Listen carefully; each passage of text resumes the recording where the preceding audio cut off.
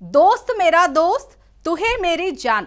వాస్తవంగా దోస్త్ నువ్వే నా ప్రాణమంటూ ఆ దేశాధినేతలు పాటలు పాడుకుంటున్నారట. రెండు దేశాలు కలిసే ఓ శక్తిగా ఎదుగుతున్నాయట. ప్రపంచానికి ఉదాహరణగా నిలిచే మైత్రిగా ఆ ఇద్దరి బంధం మారుతుంది. ఆ రెండు దేశాలను సముద్రాలు దూరం చేసిన హృదయాలు మాత్రం దగ్గరగానే ఉన్నాయి. బాధలు వచ్చినప్పుడే అసలు స్నేహం తెలుస్తుందంటారు. ఇరు దేశాల్లో అధ్యక్షులు ప్రధానులు మారినా ఆ బంధం స్థిరమైన అనుబంధంగానే నిలిచింది. ఇంతకీ ఆ ఇద్దరు మిత్రులెవరు? వాళ్ళెందుకు ఇప్పుడు వార్తల్లోకి ఎక్కారు?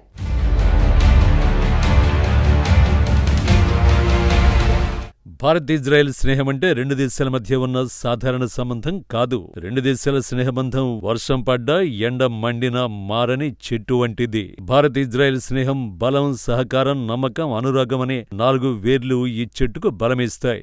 భారత్ ఇజ్రాయెల్ స్నేహం నమ్మకం, సాంకేతిక సహకారం, రక్షణ భాగస్వామ్యంతో ఏర్పడిన బలమైన వ్యూహాత్మక సంబంధం కొనసాగుతోంది. ప్రపంచ రాజకీయాల్లో మార్పులొచ్చినా ఈ బంధం మరింత బలపడుతూనే ఉంది. భారత్ ఇజ్రాయెల్ స్నేహం మొదట రక్షణ రంగంతో బలపడింది.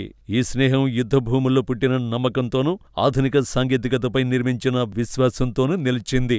ఈ టెలిఫోన్ సంభాషణలో కూడా రక్షణ సహకారం నిలిచింది. డ్రోన్లు, సైబర్ రక్షణ, గగనతల నిఘా, రాకెట్ వ్యవస్థలు, దూరంలో ఉన్న రెండు దేశాల మధ్య భద్రత అనే ఒకే విలువ వేల కిలోమీటర్ల దూరాన్ని నిమిషాల్లో దగ్గర చేసింది.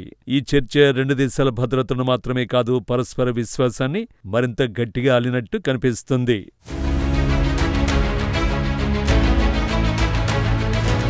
అంతర్జాతీయ రాజకీయాల్లో మరో కీలక పరిణామం చోటు చేసుకుంది. భారత ప్రధాని నరేంద్ర మోడీ, ఇజ్రాయెల్ ప్రధాని బెంజమిన్ నెతన్యాహు మధ్య ఫోన్ ద్వారా జరిగిన ప్రత్యేక సంభాషణ ప్రపంచం దృష్టిని ఆకర్షించింది. రెండు పురాతన సంస్కృతులు, రెండు దృఢమైన ప్రజాస్వామ్యాలు భవిష్యత్తు యాత్రకు కొత్త దిశగా అడుగులు వేస్తున్నాయి. ఇరు దేశాల మధ్య కొనసాగుతున్న వ్యూహాత్మక భాగస్వామ్యాన్ని మరింత బలోపేతం చేసే అంశాలను ఈ సంభాషణలో విస్తృతంగా చర్చించారు. ఉగ్రవాదంపై తమ జీరో టాలరెన్స్ విధానాన్ని ఇద్దరు నేతలు మరోసారి తేల్చి చెప్పారు.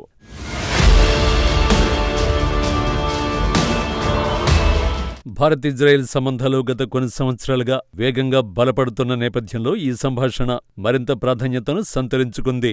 ఇరు దేశాల మధ్య భద్రత, రక్షణ, టెక్నాలజీ, వ్యవసాయ రంగాల్లో జరుగుతున్న పురోగతిపై నెతన్యాహు సంతృప్తి వ్యక్తం చేసినట్లు అధికారిక వర్గాలు వెల్లడించాయి.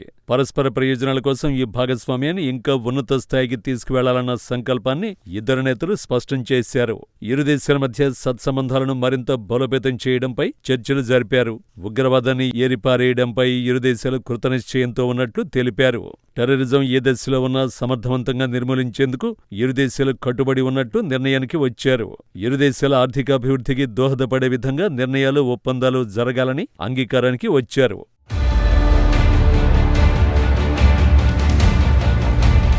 అదేవిధంగా తూర్పు మధ్యాసియాలో నెలకొన్న ఉద్రిక్త పరిస్థితులపై కూడా ఈ ఫోన్ సంభాషణలో చర్చ జరిగింది. ఇజ్రాయెల్కు భారత్ ఫుల్ సపోర్ట్ ఉంటుందని ప్రధాని మోడీ హామీ ఇచ్చారు. గాజా శాంతి ప్రణాళికను త్వరగా అమలు చేయడంతో పాటుగా ఆ ప్రాంతంలో శాశ్వత శాంతిని నెలకొల్పేందుకు జరిపే ప్రయత్నాలకు భారత్ మద్దతును ప్రధాని మోడీ మరోసారి నొక్కి చెప్పారు. కాల్పుల విరమణ ప్రణాళిక పూర్తి స్థాయిలో అమలవ్వాలని ఆయన ఆకాంక్షను వ్యక్తం చేశారు. ఉగ్రవాదం అన్ని రూపాలలోనూ మానవత్వానికి ముప్పే అని ఇద్దరు నాయకులు ఏకాభిప్రాయానికి వచ్చారు. ఇదిలా ఉండగా డిసెంబర్లో భారత్కు రావాల్సిన నెతన్యాహు అధికారిక పర్యటన వాయిదా పడిన విషయం మరోసారి చర్చకొచ్చింది. కొత్త తేదీని ఖరారు చేసేందుకు ప్రస్తుతం ఇజ్రాయెల్ అధికారులు భారత అధికారులతో సమన్వయం చేస్తున్నట్టు నెతన్యాహు కార్యాలయం స్పష్టం చేసింది. పర్యటన వాయిదా పడినప్పటికీ భారత్తో తమ బంధం బలంగా ఉందని, ప్రధాని మోడీ నాయకత్వంపై తమకు పూర్తి విశ్వాసం ఉందని ఇజ్రాయెల్ వర్గాలు వెల్లడించాయి.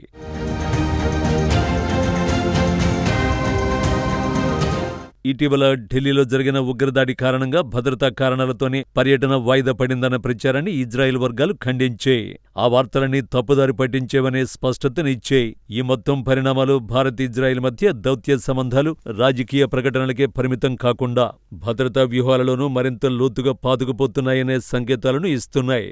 భారత్ ఇజ్రాయెల్ ప్రధానుల టెలిఫోన్ సంభాషణ చిన్నదిగా కనిపించినా దాని ప్రభావం మాత్రం విస్తారమైనది. అది మైత్రి చిహ్నం మాత్రమే కాదు, రెండు దేశాలు కలిసి నిర్మిస్తున్న భవిష్యత్తు పటాన్ని రూపొందించనుంది. భారత్ ఇజ్రాయెల్ దేశాలు మరింత లోతుగా, దృఢంగా, విశ్వాసంతో ముందుకు వెళుతున్నాయి. భవిష్యత్తులోనూ ఇదే పంథ కొనసాగిస్తాయంటున్నారు విశ్లేషకులు.